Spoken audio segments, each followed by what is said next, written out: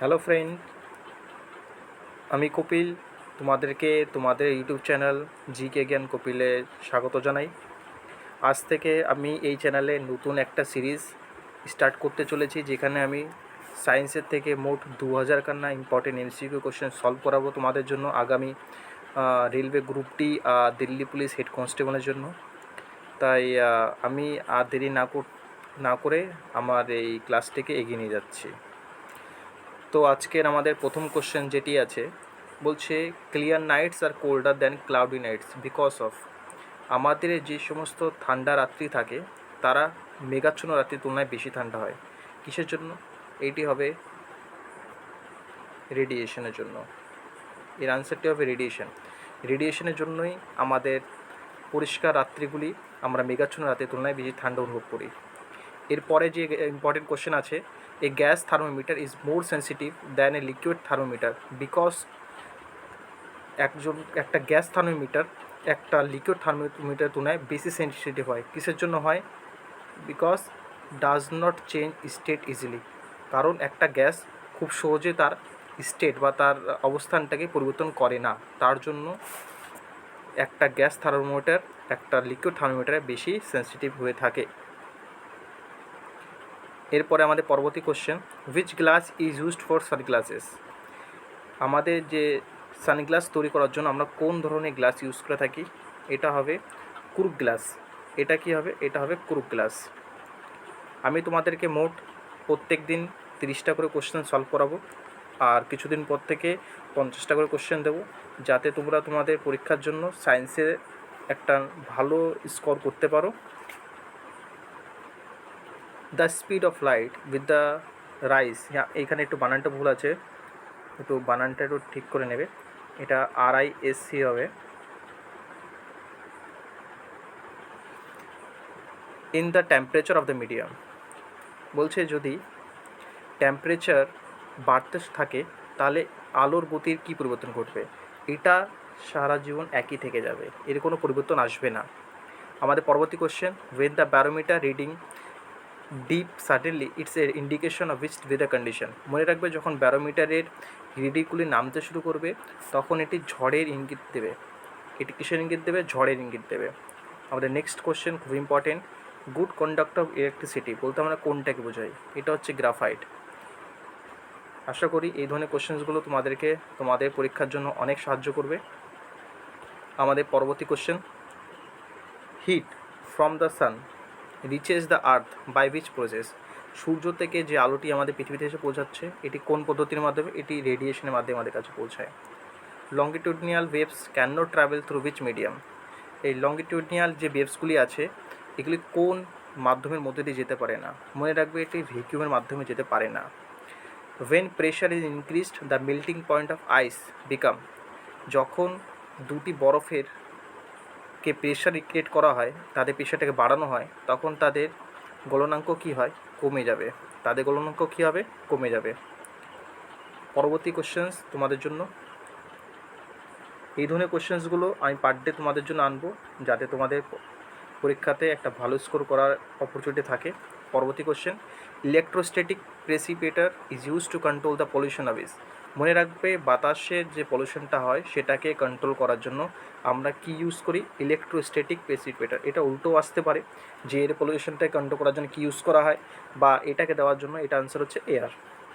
The sky appears blue because of. আমরা যদি মহাকাশ থেকে আকাশকে দেখি বা নিচে থেকে আকাশকে দেখি তো পুরোপুরি নীল দেখায়। কিসের জন্য? স্ক্যাটারিং অফ লাইটের জন্য।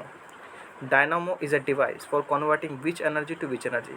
মনে রাখবে, ডায়নামো এটা WCS-এর মতন বা WB কনস্টেবল থেকে শুরু করে যে সমস্ত এক্সামগুলো হয়েছে এখানে প্রচুরবার দিয়েছে, এমনকি SSC-তে প্রচুরবার রিপিট করে। এর আনসারটা হবে মেকানিক এনার্জি থেকে এটা ইলেকট্রিক্যাল এনার্জিতে ট্রান্সফার করে। আমাদের পরবর্তী কোশ্চেন তোমাদের জন্য, ultraviolet rays are observe by which layer of Earth. পৃথিবীর কোন লেয়ার আছে যেটি আলট্রাভায়োলেট রেগুলি যেগুলি মহাকাশ থেকে আসে সেগুলিকে অবজার্ভ করে নেয়? সেটি আনসার হবে ওজোন লেয়ার। কী হবে? Ozone layer. Snell's law is related to which field. রিফ্লেকশনের সঙ্গে যুক্ত আছে স্নেলস ল। এটি গত বছর SSC MTS আর CHSL-এ দেওয়া হয়েছিল কোশ্চেনটা।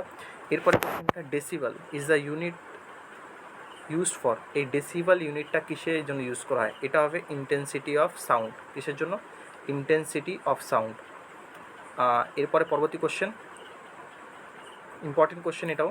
The term isoneph indicate the line of equal watt.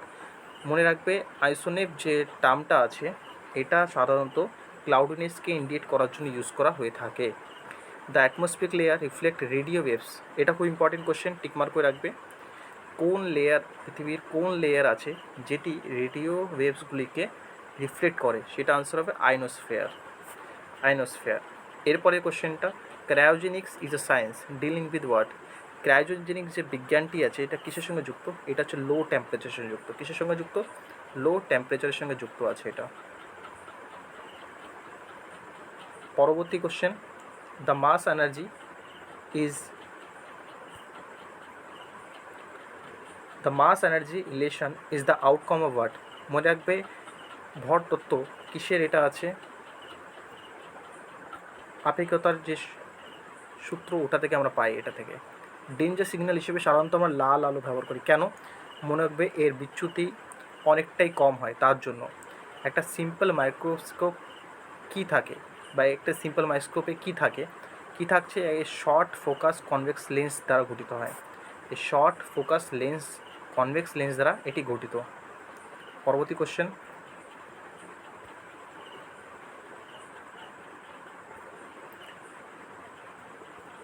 An oil drop split over water. এক ফোঁটা জল, তেল জলের উপরে ভাসে, কেন ভাসে? কারণ surface tension of oil is much slower than the water. কারণ জলের তুলনায় অয়েলের সারফেস টেনশনটা অনেকটাই কম থাকে। এরপরে কোশ্চেন, আমাদের যে এসি কারেন্টকে ডিসি কারেন্টে ডাইভার্ট করে দেয় কোন ডিভাইস? আনসার হবে রেকটিফায়ার। খুব ইম্পর্টেন্ট কোশ্চেন তোমাদের জন্য কালেক্ট করা হয়েছে। নট ইজ এ মেজার, কিসের মেজার আছে? মনে রাখবে সমুদ্রের যে স্পিড থাকে সেটাকে নটে মেজার করা হয়। পরবর্তী কোশ্চেন তোমাদের জন্য,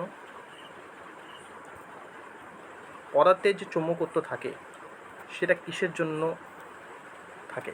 প্রশ্ন হচ্ছে এটা। Magnetism is materials due to, কিসের জন্য? মনে রাখবে ইলেকট্রনের সার্কুলার মোশনের জন্য এটা হয়ে থাকে। এরপরে ইম্পর্টেন্ট কোশ্চেন, তারারা টুইঙ্কলিং করে, এটা কিসের জন্য হয়? অ্যাটমসফেরিক রিফ্লেকশনের জন্য হয়। এরপরে কোশ্চেন, আমরা কিসের মাধ্যমে সাদা আলো থেকে বিভিন্ন রঙের আলো বের করতে পারবো? যখন আমরা সাদা আলোকে প্রিজমের মধ্যে দিয়ে বের করব তখন এটি বিভিন্ন রঙে ট্রান্সফার হয়ে যাবে। Next question, nuclear reactor used as which process? মনে রাখবে নিউক্লিয়ার রিঅ্যাক্টরের মধ্যে আমরা নিউক্লিয়ার ফিউশন ইউজ করি। আর যদি এখানে জিজ্ঞেস করতো, চলো এগুলো পরে ডিসকাস করা যাবে, কোশ্চেন ধীরে ধীরে আসতে থাকবে। Study use to instrument use to study dispersion of light. Dispersion of লাইটের জন্য কোনটা ইউজ করা হয়? এটা হচ্ছে স্পেকট্রোমিটার।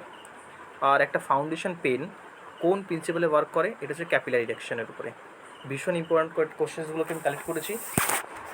আশা করছি এই 30টা কোশ্চেন তোমাদের ভালো লেগেছে।